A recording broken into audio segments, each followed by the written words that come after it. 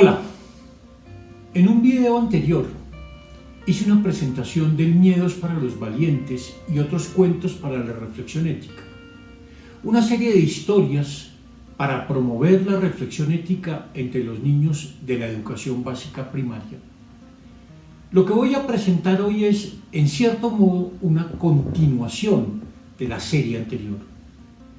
Para comprender mejor lo que viene a continuación, deberías además ver el video sobre la justicia y sus criterios, en el cual examino los principales criterios que utilizamos a la hora de hacer juicios sobre la justicia de las acciones, normas, instituciones y decisiones propias y de otros. Ese video lo puedes encontrar en mi canal de YouTube. Es importante que lo veas porque allí se explican algunos de los conceptos claves que serán esenciales para entender lo que aquí diré sobre esta nueva serie de cuentos para reflexionar sobre el significado de la justicia, que tiene por título El collar de varias vueltas y otros cuentos sobre la justicia. Si bien esta serie de cuentos mantiene una continuidad con la anterior, también existen entre ellas diferencias muy claras. Estos son cuentos un poco más largos, ya que fueron escritos para muchachos un poco mayores, ya preadolescentes algunos de ellos, entre 9 y 14 años aproximadamente.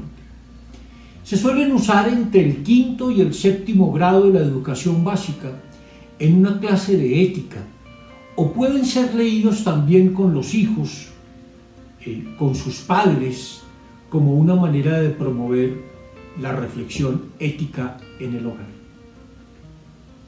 Lo importante es que no se lean simplemente como historias agradables o interesantes, sino como lo que efectivamente son, cuentos con una intención filosófica. Es decir, historias que fueron escritas para reflexionar sobre asuntos que nos interesan a todos, dada la importancia que tiene la justicia como el criterio último de nuestra vida práctica. En ellos se describe una situación vivida por los niños y jóvenes, ordinariamente relatada desde la perspectiva de uno de ellos, puesto que se asume que los niños y jóvenes pueden ser razonables.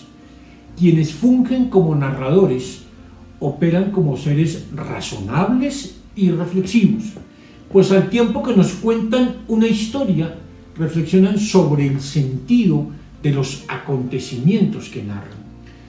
Se trata entonces de historias que fueron concebidas para reflexionar en torno a una noción central de nuestra vida, la de justicia.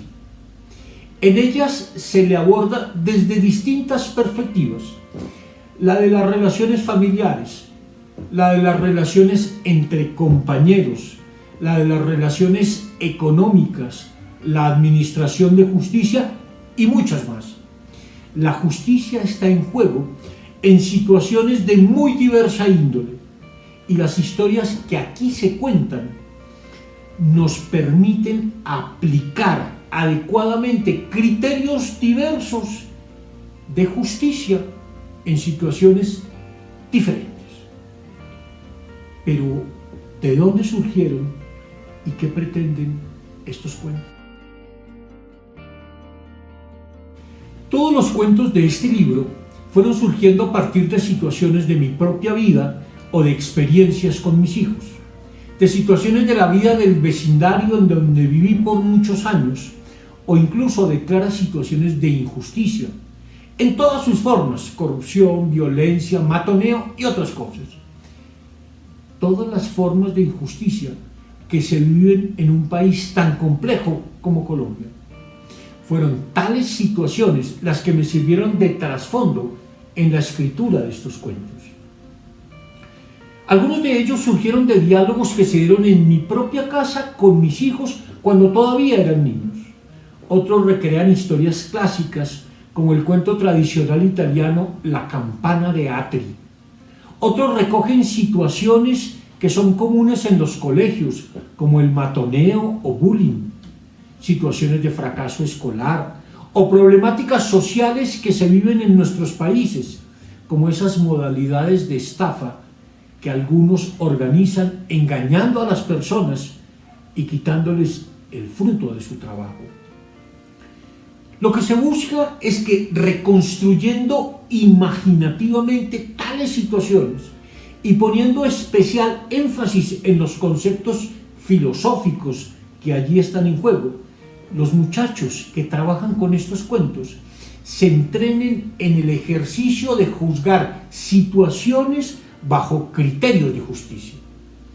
Evidentemente, en ninguna parte se les dice qué es la justicia o cómo deben entenderla, sino que se les ofrecen situaciones que ellos mismos pueden examinar, sobre las que ellos pueden opinar, pero sobre todo sobre las que ellos tienen que argumentar y elaborar conceptos propios que deben aplicar a situaciones específicas. La idea de escribir estos cuentos tiene un origen preciso. En una ocasión salí al centro de Bogotá y compré unas pinturas para mi hija menor, que tenía por entonces 6 o 7 años. Cuando se las entregué, mi hijo mayor, por entonces de 12 o 13 años, se encerró en su cuarto. Luego no decía nada en la mesa del comedor, a la hora de la comida. Sin embargo, al hablarle se mostraba molesto conmigo. Al preguntarle por la causa de su molestia, me dijo que había sido injusto con él. Le pregunté por qué y me respondió que le había llevado un regalo a su hermana y no le había llevado ningún regalo a él. Le respondí que otras veces le había llevado un regalo a él y no a su hermana, o un regalo a su mamá y ninguno a ellos.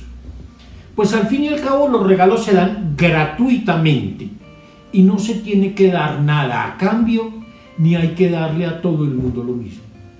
Sin embargo, insistió en que debería tratar a mis hijos en condiciones de igualdad. Le dije entonces que aceptaba ese principio, pero a continuación le planteé la pregunta siguiente: ¿cuántos años le llevas tú a tu hermana menor?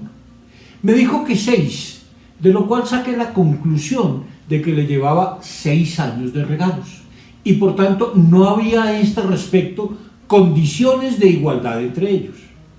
Le propuso entonces que, para ser fieles a su regla, durante 6 años no le traería regalos a él, sino solo a su hermana, para restituir la igualdad.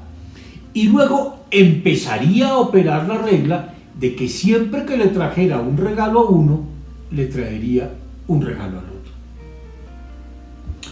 Por supuesto, mi propuesta le molestó muchísimo, pero entonces empezó una reflexión sobre qué es propiamente la justicia, sobre si la justicia implica dar algo a cambio de lo recibido, sobre si la reciprocidad es una condición necesaria para que haya justicia. Fue así como empecé a escribir el cuento que dio lugar a todos los demás, El collar de varias vueltas.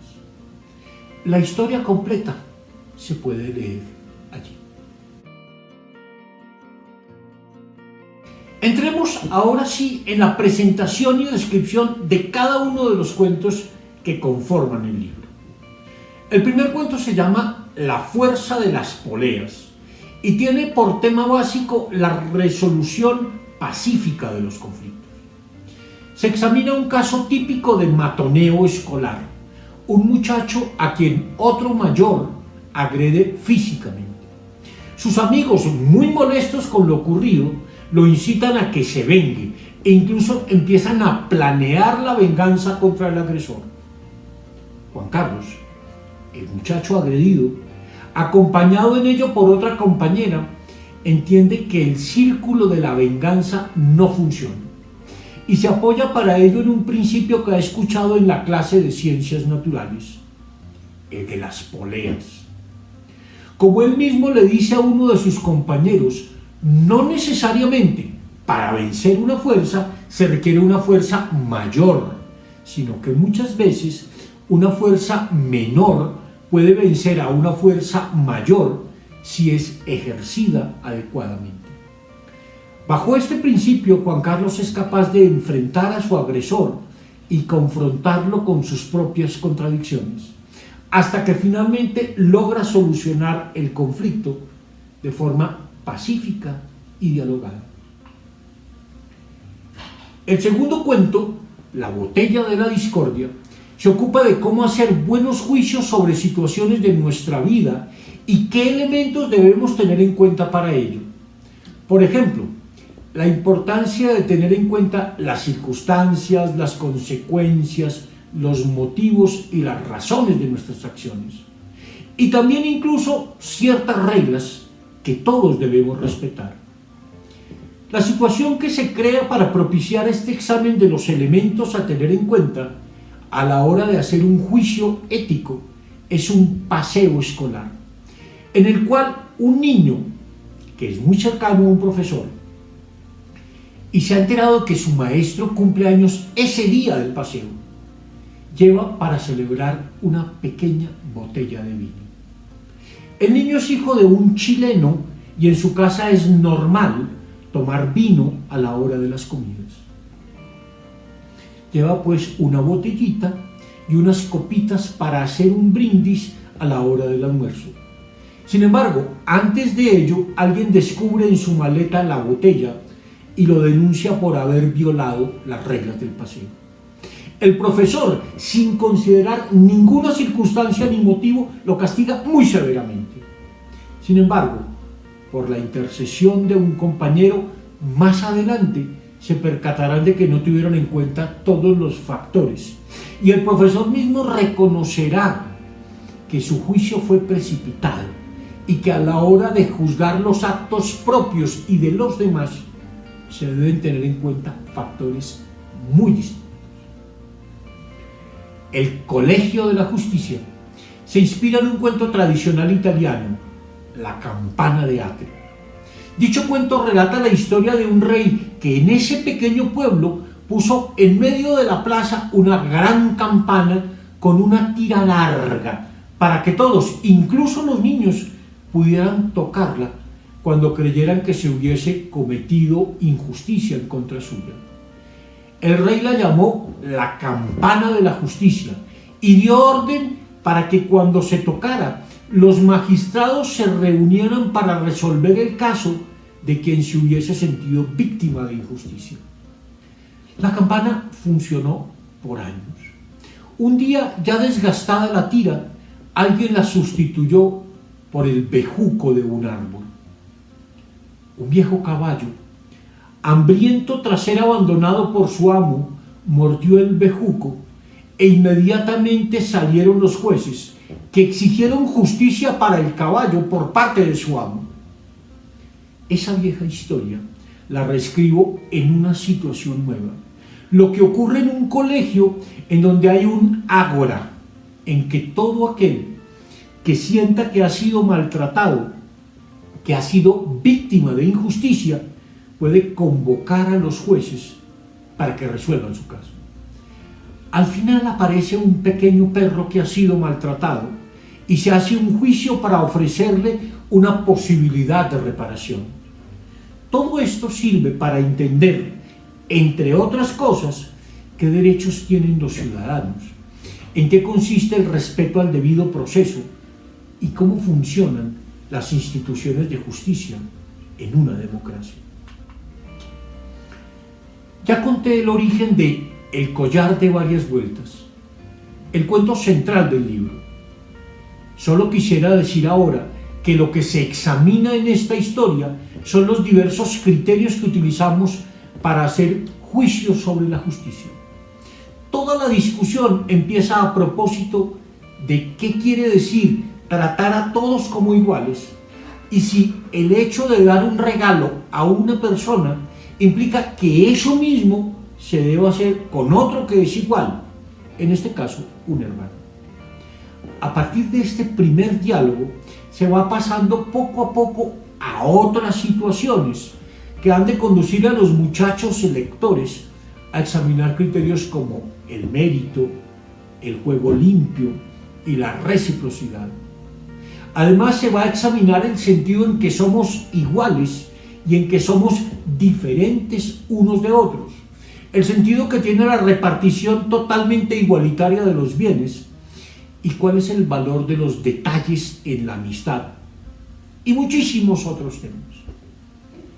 La historia termina cuando su protagonista, Ernesto, le regala a su amiga Mónica un collar que ha hecho su hermana pequeña y le explica que con lo que ha pasado ha logrado entender que la justicia es como ese collar que tiene muchos elementos distintos que dan muchas vueltas, significando con ello que hay distintos criterios de justicia y que los juicios que hacemos sobre la justicia dependen de esos diferentes criterios.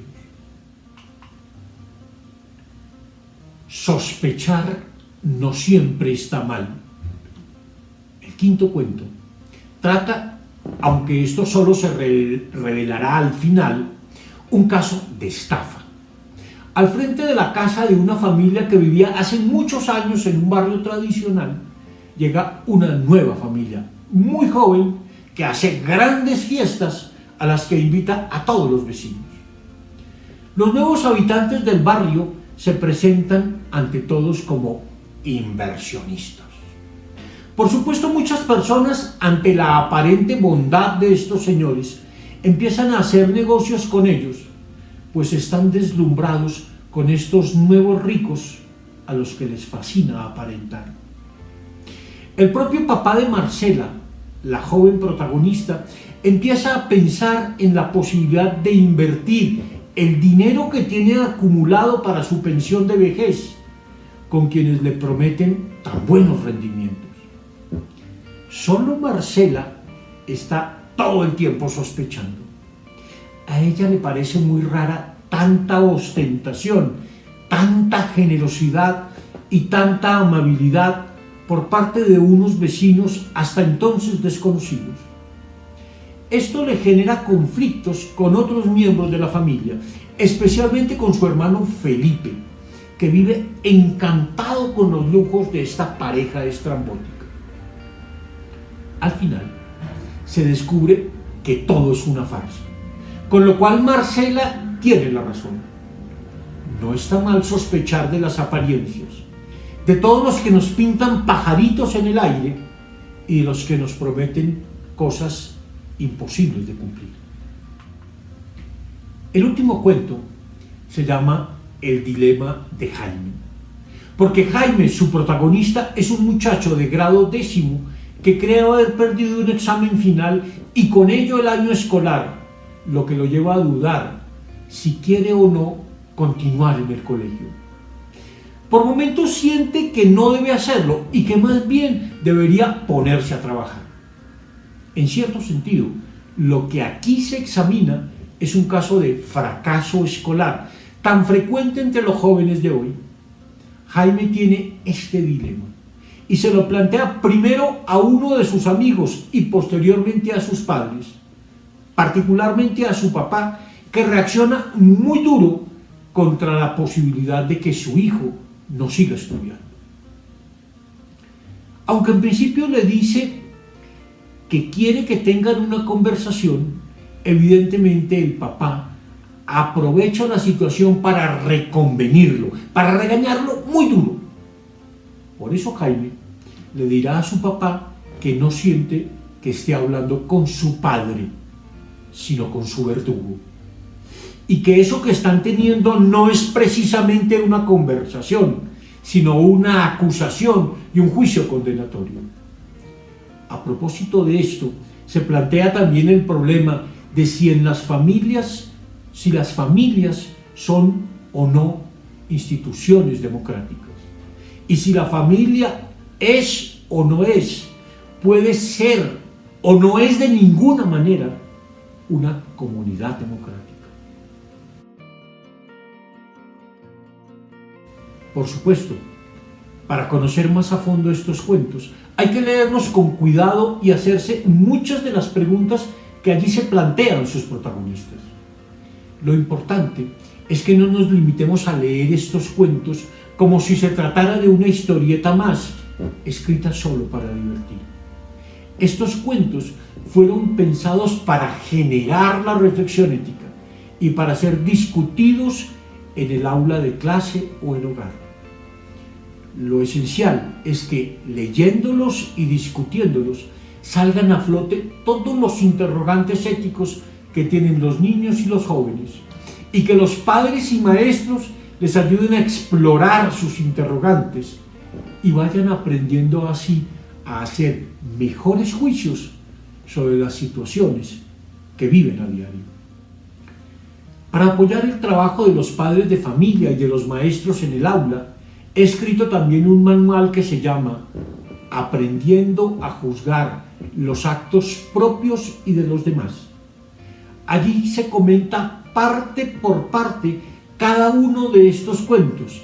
Se plantean interrogantes y temas muy distintos para ser explorados, discutidos y recreados por los niños, jóvenes y adultos que lean estas historias.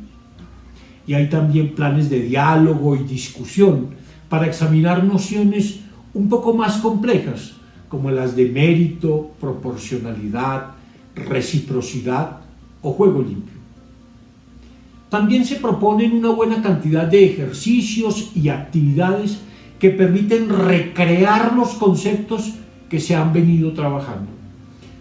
Todas estas historias, al igual que las del miedo es para los valientes, han sido escritas con un único fin fundamental: el promover el buen juicio en cuestiones prácticas entre los niños y los jóvenes. Hasta pronto.